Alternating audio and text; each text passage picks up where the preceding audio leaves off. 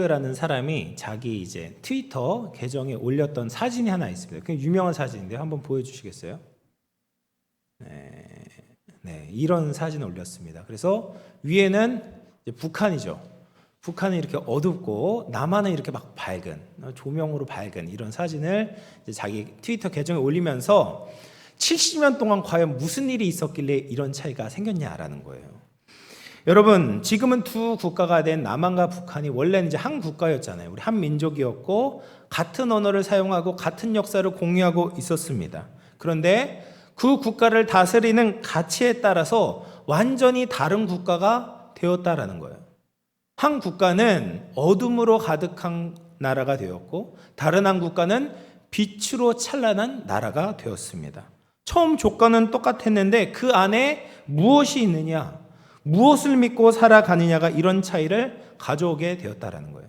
근데 이것은 사람에게도 적용될 수 있습니다. 같은 사람이어도 내 안에 무엇을 담고 있느냐, 무엇을 믿고 살아가느냐에 따라서 완전히 다른 삶을 살 수 있는 거예요.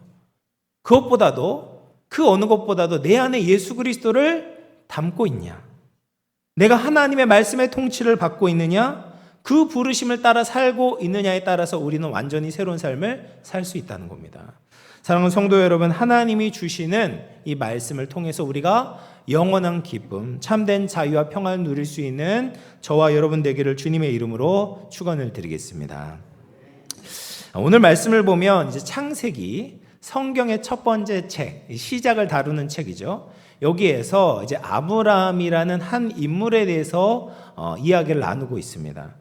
창세기 20장의 줄거리가 뭐냐면 아브라함이라는 한 사람이 그의 아내 사라와 함께 남부지방 가나안 남부의 그랄이라는 지역에 갔는데 그의 아내 사라를 누이라고 속인 겁니다. 누이라고 속였어요. 왜냐하면 자기 아내라고 하면 자기를 죽이고 아내를 빼앗아갈 것을 염려했던 겁니다. 그렇게 아내를 누이라고 속였는데 그랄 왕 아비멜렉이 정말 아내를 데리고 간 거예요.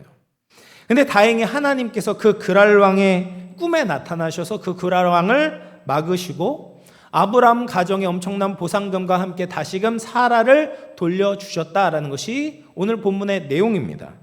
근데 여러분, 이 내용을 많이 들어보지 않으셨습니까? 이미 한번 나왔었어요. 창세기 12장에서 비슷한 사건이 아브라함에게 일어났었습니다. 아브라함이 약속의 땅에 들어오자마자 기근이 오게 되고 그 기근을 피하기 위해서 애굽으로 내려가게 되거든요.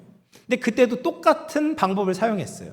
자기 아내, 그땐 사레였는데 사레에게 내 아내라고 하지 말고 누이라고 해라. 넌 나를 오라비라고 불러라. 나 죽이고 또 너를 데려갈까 봐 내가 두렵다 라고 하면서 내려갔어요. 애굽으로 내려갔는데 그때도 애굽 왕 바로가 이 사레를 취한 거죠. 근데 그때도 하나님께서 애굽과 그 집에 큰 재앙을 내리셔서 다시 사레를 돌려주게 하셨고 큰 재물을 주게 만들어 주셨습니다. 장소만 다르고 사건의 내용이 굉장히 비슷합니다. 그래서 어떤 자유주의 신학자들은 이것은 두 번 일어난 사건이 아니라 한 번만 일어났다. 그리고 이렇게 기록해 놓은 것이다라고 주장하는 사람도 있습니다. 그런데 성경의 내용을 자세히 살펴보면 이것은 분명히 다른 두 사건이에요. 그런데 이 두 사건을 왜 하필 이렇게 실어 놓으셨나? 여러분, 창세기 12장의 사건과 20장의 사건은 그 강조점이 다릅니다. 12장에서는요, 그 사건을 통해서 아브라함이 하나님에 대한 믿음을 가지게 되었어요. 하나님은 애굽에 있을 때도 외국에 있을 때도 나를 지키시는 분이구나. 기근 가운데 있어도 내가 약속의 땅을 떠나지 말아야 되는구나를 깨닫게 하시는 거예요. 하나님만 바라보게 만들어 주셨습니다. 그런데 20장은 그 강조점이 좀 다른 겁니다. 여러분, 20장 7절 말씀 우리 같이 한번 읽어보도록 하겠습니다. 시작. 아내를 돌려보내라. 그는 선지자라. 그가 너를 위하여 기도하려니 내가 살려니와 내가 돌려보내지 아니하면 너와 내게 속한 자가 다 반드시 죽을 줄 알지니라. 여러분, 여기에서 굉장히 중요한 단어가 있습니다. 뭘까요? 선지자라는 단어예요. 선지자. 성경에서 가장 먼저 이 선지자라는 단어가 쓰인 것이 바로 이 본문입니다. 그래서 하나님께서는 아브라함을 선지자로 부르셨고 선지자로 만드신다라는 내용이 창세기 20장의 내용인 거예요. 이 선지자를 히브리어로 나비라고 이야기를 하거든요. 나비, 날아다니는 나비가 아닙니다. 네, 히브리어로 나비라고 이야기하는데 이것은 나부라는, 부르다라는 동사에서 파생된 단어입니다. 그래서 선지자는 뭐냐? 하나님께 부름받은 자예요. 근데 그 역할이 무엇입니까? 하나님의 말씀을 전하도록 부름받은 사람이에요. 하나님의 생명을 전하도록 부름받은 사람들입니다. 그래서 하나님과 사람 사이의 중보자의 역할을 하면서 하나님의 말씀으로 하나님의 생명을 전하도록 부름받은 사람을 선지자다라고 이야기를 하는 거예요. 얼마나 영광스러운 직분입니까? 그런데 본문을 살펴보면 아브라함은 이 선지자라는 영광스러운 호칭과 전혀 어울리지 않는 일을 하고 있습니다. 선지자는커녕 일반 남자라면, 보통 남자라면 하지 말아야 될 비겁한 짓을 하고 있는 거예요. 그것이 무엇입니까? 아내를 희생해서 자기 생명을 보존하려고 하는 겁니다. 여러분, 남편은 어떻게 됩니까? 자기 생명을 바쳐서 아내를 보호해야 되지 않겠습니까? 그렇죠? 모든 남편분들 다 그렇게 살고 계시잖아요. 네, 그렇게 살아야 되죠. 그런데 이 아브라함은 거꾸로 한 거예요. 아내를 희생해서 자기를 이렇게 생존을 보장받으려고 했던 겁니다. 한 번은 하나님을 못 믿어서 그랬다고 쳐도 두 번째 그렇게 하는 것은 너무 심한 것 아닙니까? 이런 자가 무슨 선지자가 될 수 있을까? 이런 의문이 드는 거예요. 근데 여러분, 우리도 마찬가지 아닐까 생각해 보게 됩니다. 여러분, 우리를 뭐라고 부릅니까? 그리스도인이다라고 불러요. 그리스도라는 말은요, 너무나도 무거운 말입니다, 여러분. 그리스도는 구원하신 분, 메시아를 의미해요. 근데 우리 앞에 그 그리스도라는 말을 붙였다니까요. 내가 뭐길래 그리스도라는 말을 내 호칭으로, 내 이름으로 붙일 수가 있겠냐는 거예요. 내 상황을 보면, 내 꼬락서니를 보면 그리스도인이라고 불려지는 것이 너무나도 부끄러운 겁니다. 근데 여러분, 이것이 복음이에요. 이것이 하나님의 은혜이고 하나님의 방법입니다. 하나님은 우리가 자격을 갖춰서 선지자라고 그리스도인이라고 부르시는 것이 아닙니다. 먼저 신분을 선포하시고 하나님이 그렇게 만들어 주시는 것이 하나님의 방법이다라는 거예요. 그래서 우리는 우리를 볼 때 자랑할 거리가 아무것도 없는 거예요. 내가 예수 믿는 것을 내 자랑거리로 삼을 수가 없는 거예요. 그냥 하나님께 감사하고 하나님께 영광을 돌릴 뿐인 겁니다. 그러면 하나님께서 아브라함을 어떻게 선지자로 만들어 가시는가?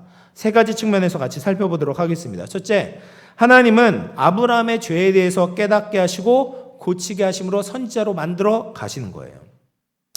아브라함은 아내 사라를 누이라고 속이는 바람에 아비멜렉이 사라를 데리고 갔어요. 그리고 하나님께서 그랄 왕 꿈에 나타나셨고 그 후에 그랄 왕과 아브라함이 대화를 나누게 됩니다. 만나자마자 아비멜렉이 따지는 거예요. 네가 어찌하여 왜 이렇게 했냐? 라고 묻는 겁니다. 그래서 아브라함이 어떻게 대답하냐? 13절 말씀 같이 읽어볼게요. 시작. 하나님이 나를 내 아버지의 집을 떠나 두루 다니게 하실 때에 내가 아내에게 말하기를 이후로 우리가 가는 곳마다 그대는 나를 그대의 오라비라 하라. 이것이 그대가 내게 베풀 은혜라 하였었노라.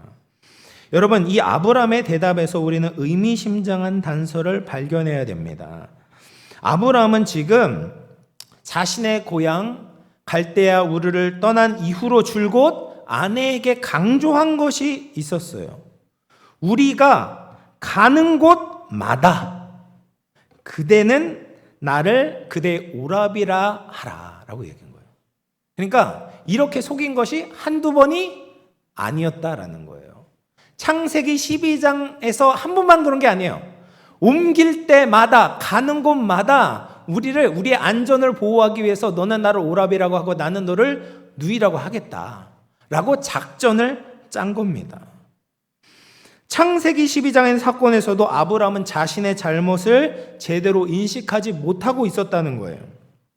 자기가 약속의 땅을 떠난 것은 잘못이라고 생각했지만 나와 사라 사이를 남매 관계라고 밝히는 것은 죄라고 생각하지 않았다라는 거예요. 왜 그랬냐? 부분적으로는 그 사실이 맞기 때문입니다. 아브라함과 사레는요, 사레는 아브라함의 이복 동생이었어요. 그래서 완전히 거짓말이 아니기 때문에 이런 속임수에 대한 문제점을 인식하지 못하고 있었던 거예요. 근데 여러분, 사실 우리도 그렇지 않습니까? 우리가 막 대단한 불법을 저지르진 않지만 사실 도덕적으로 굉장히 해이해져 있어요. 편법은 얼마나 잘 저지르는지 모릅니다. 최근에도 이제 서울대, 경희대, 음대 입시 비리 사건이 뉴스에서 지적이 되었어요. 현직 음대 교수들이 고액과외를 하고 입시생들을 대학에 합격시켜 주었다는 겁니다. 근데 이것이 하루 이틀 일이 아니잖아요. 뿌리 깊은 관행인 겁니다. 그런데 돈 있고 정보 있는 사람들이 이것을 잘못되었다고 생각하지 않는 거예요. 자녀들의 입시를 위해서, 성공을 위해서 얼마든지 고액과외를 시키는 겁니다. 여러분, 우리가 돈 있고 우리가 정보가 있다면 그렇게 하지 않으실까요?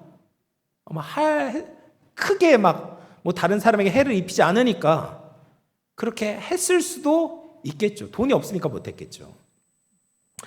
그리고 또 사업을 하거나 영업을 하는 분들의 편법의 유혹이 얼마나 심합니까? 거래처에 정상적인 절차를 밟지 않고 뒤에서 꼭 접대를 해야만 하는 거예요. 또 학연, 지연, 혈연으로 사업 입찰을 따내야만 하는 겁니다. 다른 사람에게 해를 끼치지 않는 선에서 우리는 세상과 적절히 타협하면서 편법을 저지르고 있다라는 거예요. 왜냐하면 거기에 우리의 생존이 달려 있거든요. 또 많은 사람들이 그렇게 해왔기 때문에 그것을 크게 잘못이라고 생각하지 않습니다. 아브라함도 마찬가지였던 거예요. 아브라함도 내가 이렇게 한다고 해서 다른 사람에게 큰 해가 끼치게 될까?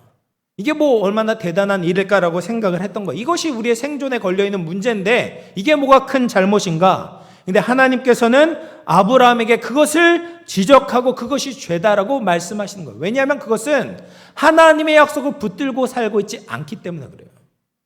하나님께서 이 사라를 통해서 약속의 자녀를 잉태하게 하실 것인데 그것을 위협하기 때문에 죄가 되는 겁니다.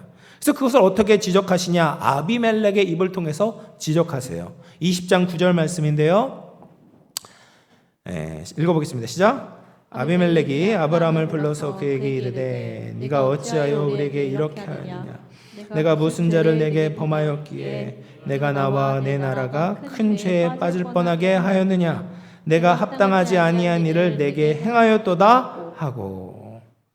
그랄 왕이 뭐라고 하냐면 너는 지금 우리를 죄에 빠뜨릴 뻔했다라는 거예요. 하나님의 약속을 깨뜨릴 뻔했고 그리고 한 나라 전체가 큰 죄를 지을 뻔했다라는 겁니다. 네가 평소에 아무런 죄책감 없이 저지른 그 행동이 얼마나 큰 악행이었는가를 하나님께서 이방 왕의 입술을 통해서 아브라함에게 지적하고 계시는 겁니다. 여러분, 이것이 하나님이 아브라함을 선지자로 만드는 첫 번째 걸음이었습니다. 하나님의 백성답게 살기 위해서는 자기 자신에 대해서 잘 알아야 돼요. 나를 하나님의 말씀으로 제대로 비춰봐야 됩니다. 우리는 자기 자신을 반성하는 데 소질이 없습니다. 내가 죄인이라고 하면요, 내가 뭘 그렇게 큰 죄를 졌나? 라고 반문을 하게 돼요. 남들도 다 이렇게 산다. 이 정도면 괜찮다. 게다가 나는 교회까지 다니는데 내가 뭐 그렇게 큰 죄인이냐? 라고 반문이 들어요.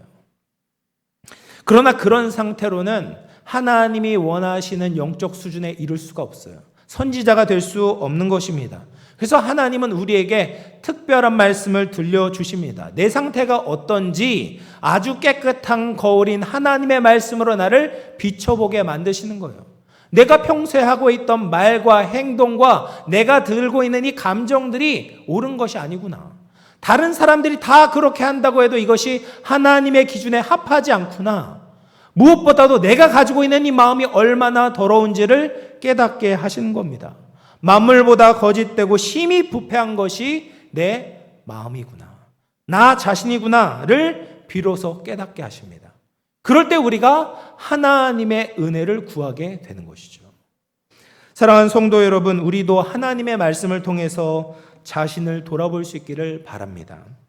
다른 곳에서는 얼마든지 감출 수 있겠죠. 사회적 지위에 가면 체면의 가문을 쓰고 자신을 감출 수 있습니다. 그런데 하나님 앞에서도 감춰서는 안 됩니다. 그런다고 문제가 해결되는 것이 아닙니다. 그래봤자 회칠한 무덤이 돼요. 무덤에다 흰 칠을 해봤자 무덤인 거예요. 그 안에는 썩어가고 있는 시체가 있는 겁니다. 우리는 우리의 어쩔 수 없는 이 부패한 모습, 정결하지 못한 삶의 모습, 내 안에 있는 죄성들을 하나님 앞에 고백해야 되는 거예요. 하나님의 말씀의 빛으로 비춰야 됩니다. 그렇게 회개하며 나아갈 때 하나님께서 우리를 용서해 주시는 거예요.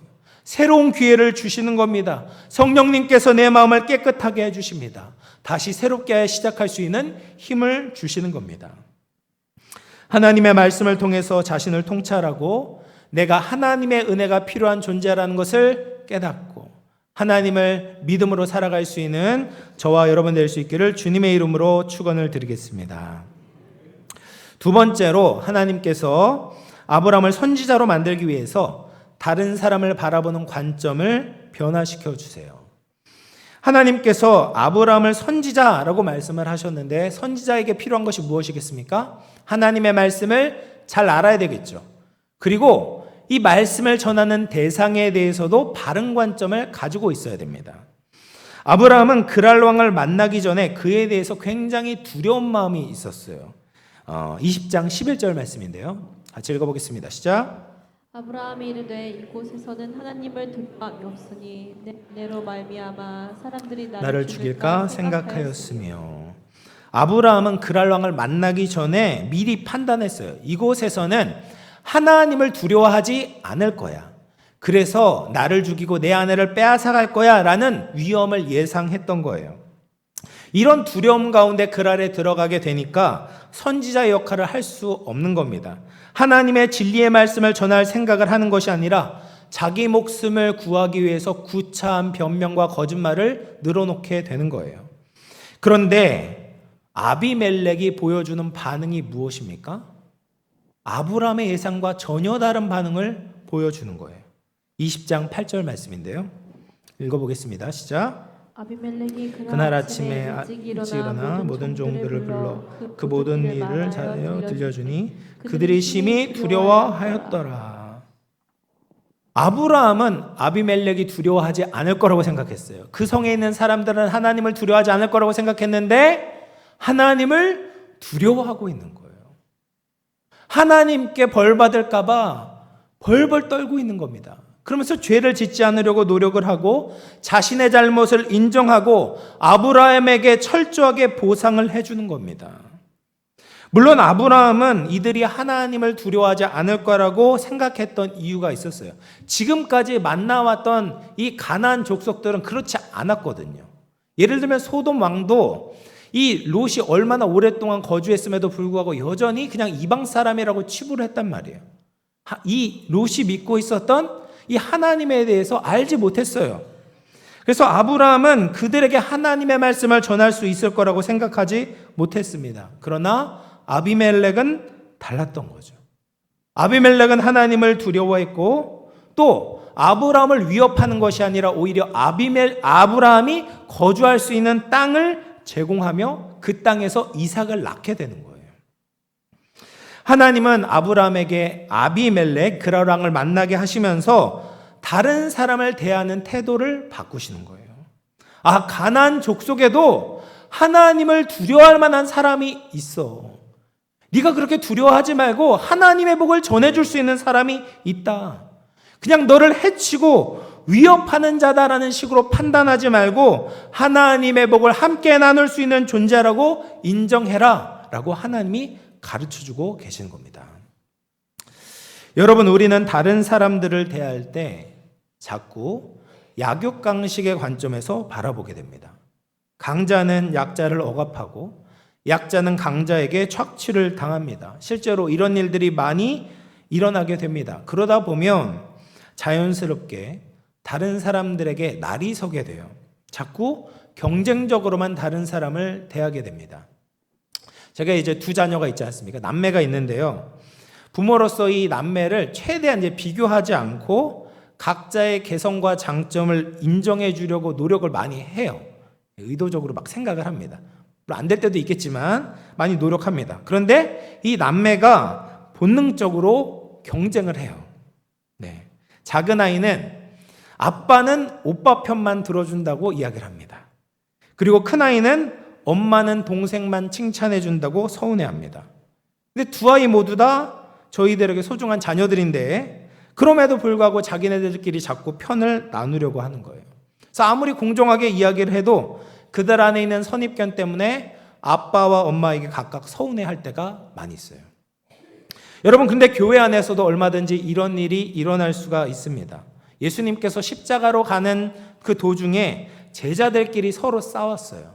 왜 싸웠냐? 누가 크냐라는 주제로 서로 쟁론을 하는 겁니다. 제자들은 서로 커지려고 하는 거예요.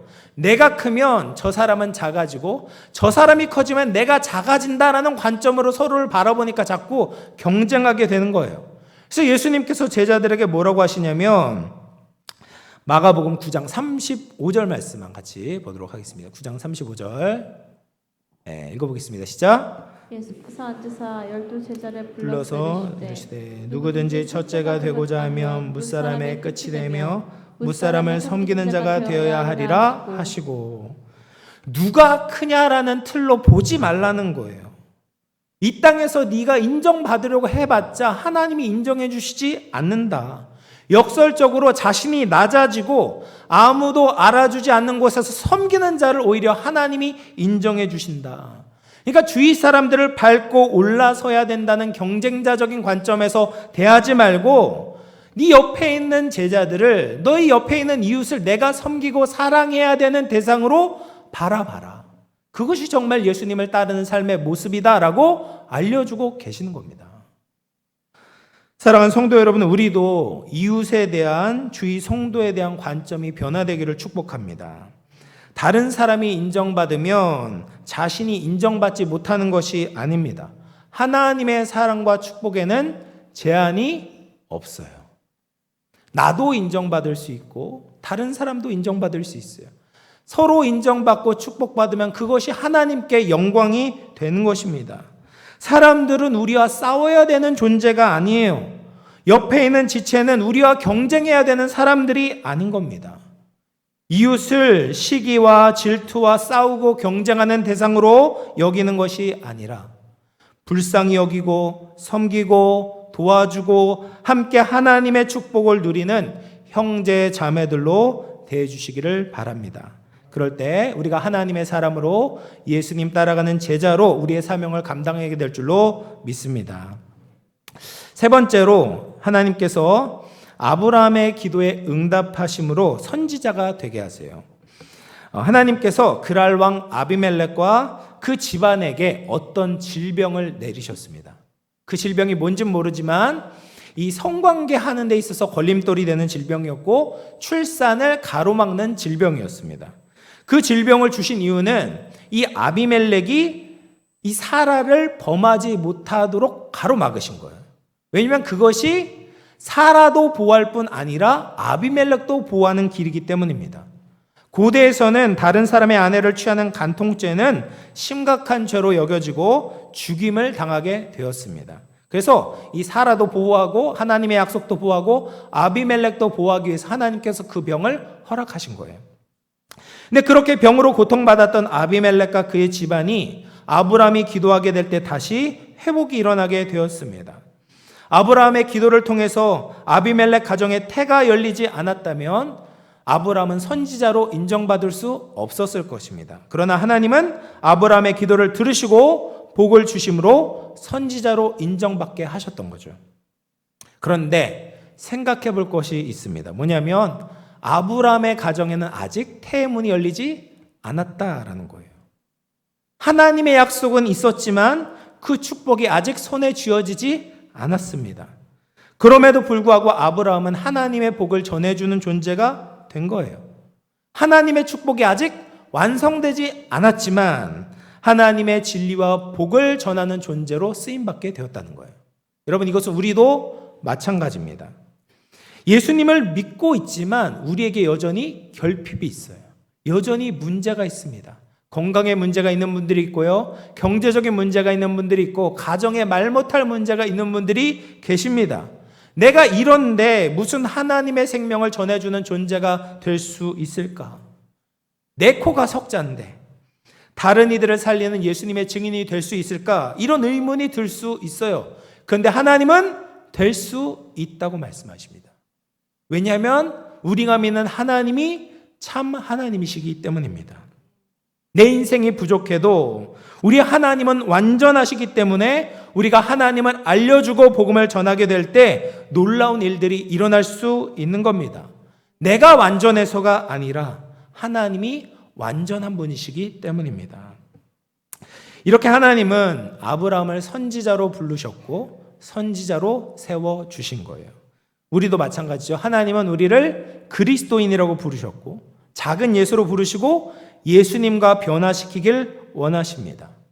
그러면 하나님의 이 원대한 꿈이 이루어질 수 있을까요? 나와 예수님 사이에 이렇게 간격이 넓은데 넘을 수 없을 것 같은데 이것을 뛰어넘고 예수님을 닮아갈 수 있을까요? 스스로 할 수는 없지만 하나님이 도와주시면 된다는 거예요. 우리를 하나님의 자녀로 부르시면서 예수님의 마음을 주셨고 예수님의 관점을 갖게 하셨고 예수님의 삶을 살아갈 수 있도록 도와주시겠다는 겁니다. 그러니까 이 거룩한 여행에 함께 하자는 거예요. 우리는 하나님의 부르심을 믿고 기대하고 따라가면 되는 것입니다. 이 맥스 루케이도라는 기독교 작가가 쓴 예수가 선택한 십자가라는 책에서 이런 내용의 이야기가 있습니다. 맥스 루케이도가 한 골프 대회에 참가하게 되었는데 이 골프 대회가 특별한 게 뭐냐면 개인전이 아니라 팀전이었다는 거예요. 그래서 프로 선수 1명이 있었고 아마추어 선수 4명이 한 팀이 되어서 그 선수 중에 가장 잘 친 것이 팀의 득점으로 연결이 되었다라고 합니다. 그래서 승패를 좌우하는 것은 아마추어가 얼마나 공을 잘 치느냐가 중요한 것이 아니죠. 그 팀 안에 있는 프로 선수가 얼마나 잘 치느냐에 따라서 승패가 판가름 지어졌다. 그래서 내 실력 때문에 실패하지 않을까 염려하거나 두려워할 필요가 없었다라고 이야기를 합니다. 그러면서도 한 팀에서 이제 골프를 치다 보니까 프로 선수 곁에서 보면서 그 안에서 많은 것을 배우고 최선을 다할 수 있었다. 그런데 우리의 신앙생활이 이와 같다는 거예요. 여러분, 우리는 하나님이 하나님의 팀 안에 속하게 만드셨습니다. 우리를 하나님의 가족으로, 하나님의 자녀로, 하나님의 팀원으로 부르셨습니다. 그리고 그 팀의 대표는 예수님께서 맡아주셨어요. 예수님이 행하신 일 때문에 우리는 승리가 보장되어 있습니다.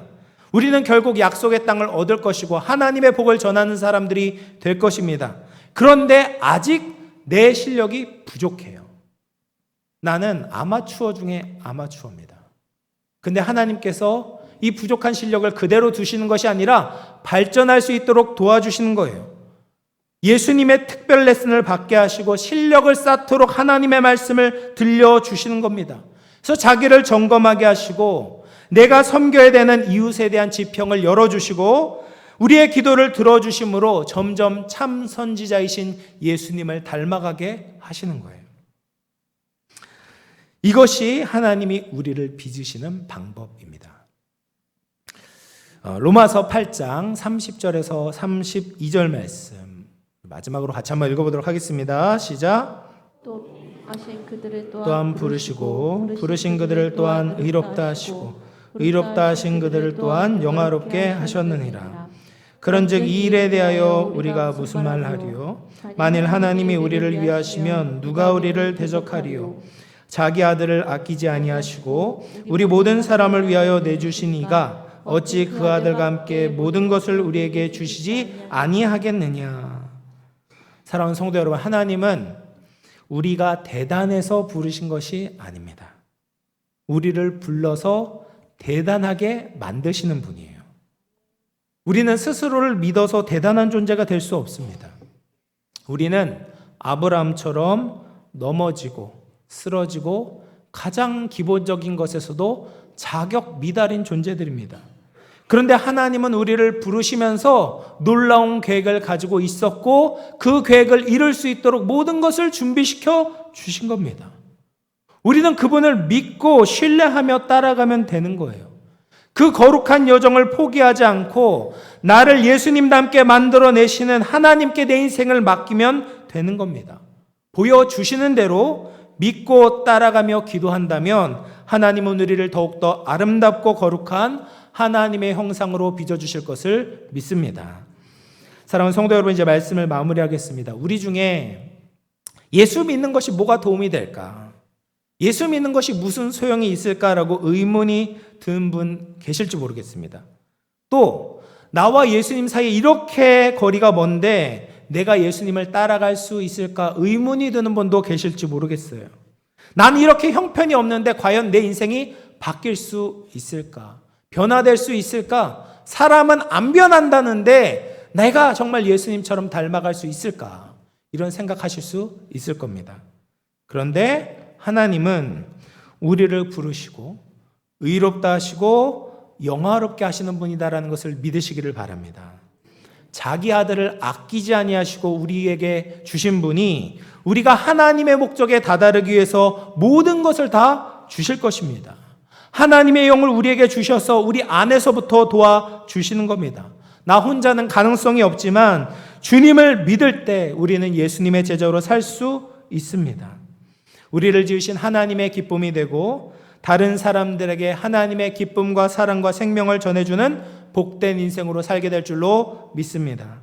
그렇게 우리를 빚으시는 창조주 하나님의 능력을 의지하며 그리스도인으로 예수님의 제자답게 살아갈 수 있는 저와 여러분 될 수 있기를 주님의 이름으로 축원을 드리겠습니다. 우리 말씀을 생각하면서 한번 기도하겠습니다. 주님, 저희는 정말 자격 미달인 자들입니다. 그런 우리를 그리스도인이라고 하나님의 자녀라고 영광스럽게 불러주시니 감사합니다. 그리고 우리를 그 부르신 이름대로 따라갈 수 있도록 모든 것을 도와주시니 감사합니다.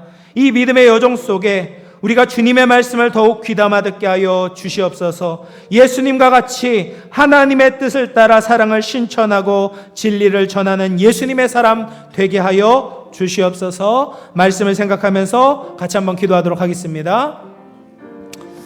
살아계신 하나님 아버지 감사합니다. 하나님, 오늘도 살아계신 하나님의 말씀을 들려주셔서 우리의 생각을 넓혀주시고 우리의 생각을 변화시켜주시고 다시금 새로운 소망을 갖게 하시니 감사합니다. 나를 볼 때는 소망이 없지만 나를 볼 때는 새롭게 될 아버지, 어떠한 아버지 그러한 소망과 아버지 어떤 기회를 발견할 수 없지만 그럼에도 불구하고 나를 부르시고 나를 만드시는 하나님을 믿음으로 바라보게 될 때 하나님, 우리는 변화될 줄로 믿습니다. 하나님, 우리가 예수님 닮은 삶으로 살아가게 될 줄로 믿습니다. 하나님의 은혜와 축복을 전하는 복의 통로가 될 줄로 믿습니다. 하나님, 우리를 사용하여 주시옵소서. 이 어두운 세상에 예수님의 삶의 모습을 비춰줄 수 있는 사랑의 사도로 하나님 우리를 사용하여 주시옵소서. 선지자답게 그리스도인답게 예수님 믿는 자답게 살아갈 수 있도록 하나님 우리를 사용하여 주시고 빚어 주시옵소서. 창조주의 능력으로 역사하여 주시옵소서. 성령으로 충만케 하여 주시옵소서.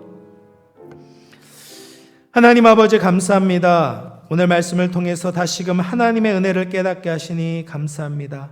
미리 정하시고 부르시고 결국에 우리를 영화롭게 하시는 하나님의 능력을 우리가 바라보기를 원합니다. 우리가 그 하나님의 놀라운 계획을 따르기를 소망합니다. 하나님의 말씀으로 늘 우리를 비춰보게 하시고 우리 주위에 하나님의 사랑이 필요한 자들에게 주의 사랑을 전할 수 있도록 우리를 사용하여 주시옵소서. 우리도 하나님의 진리 안에서 참 행복을 누리게 하시고 이 진리의 말씀으로 세상을 밝게 비추는 우리 모든 영혼의 권속들 다 되게 하여 주시옵소서. 이 모든 말씀 거룩하신 예수님의 이름으로 기도하옵나이다.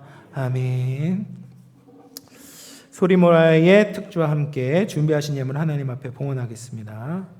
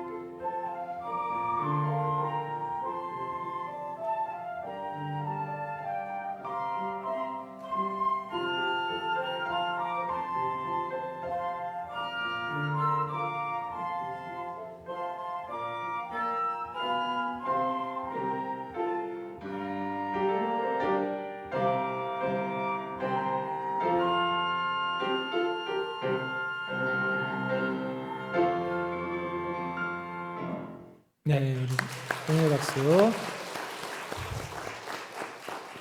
잘했어요. 점점 일치월장하고 있습니다.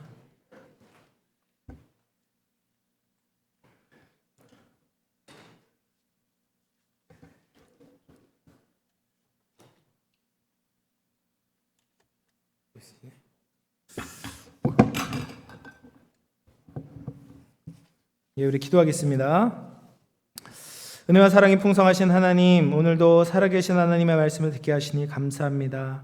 하나님이 우리를 구원하시고 우리가 예수님 닮아갈 수 있도록 모든 것을 도와주시니 감사합니다. 이 믿음의 여정을 끝까지 포기하지 않고 믿음으로 주님께 영광 돌리는 복된 삶을 살게 하여 주시옵소서. 오늘도 받은 은혜 감사하여 하나님 앞에 여러 가지 모양으로 봉헌하여 드립니다. 정성껏 드린 손길을 기억하시사 하늘의 신령한 은혜와 땅의 기름진 복으로 채워 주시옵소서. 마음의 질병, 육신의 질병으로 고통받는 환우들을 불쌍히 여기시고 주의 전능하신 능력으로 치유하여 주시옵소서. 이 헌금이 쓰이는 곳마다 하나님의 진리와 사랑이 드러나게 하여 주시옵소서. 이 모든 말씀 거룩하신 예수님의 이름으로 기도합나이다. 아멘. 6월의 세 번째 주일 교회 소식 전해드립니다.